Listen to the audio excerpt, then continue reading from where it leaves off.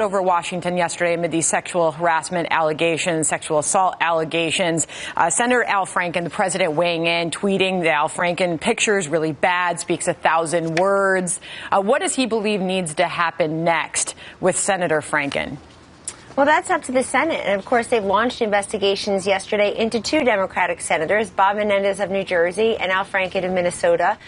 Neither of those allegations look very positive for those two and for their party, which have been on a high horse of late about sexual assault. I tried to make this an issue last year. Nobody listened because of the campaign I was managing.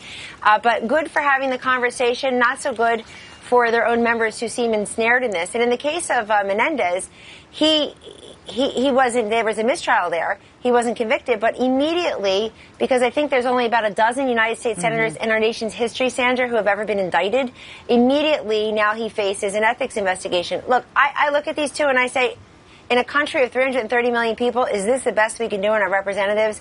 And I'm very happy that to this president, personnel is policy. A hand-picked cabinet. Right.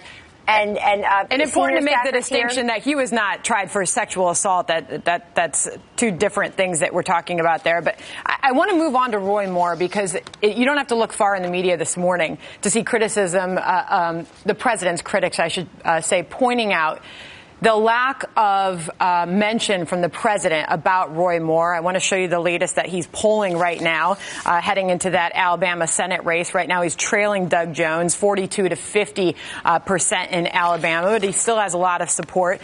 But we haven't heard a lot from the president. He's tweeting on Al Franken. He was asked about Roy Moore yesterday, and he did not respond. Well, Al Franken was a brand new news story yesterday, and the president weighed in, as he does on the news of the day, often enough. The Roy Moore story is 8 days old, and the president put out a statement during his Asia trip on that.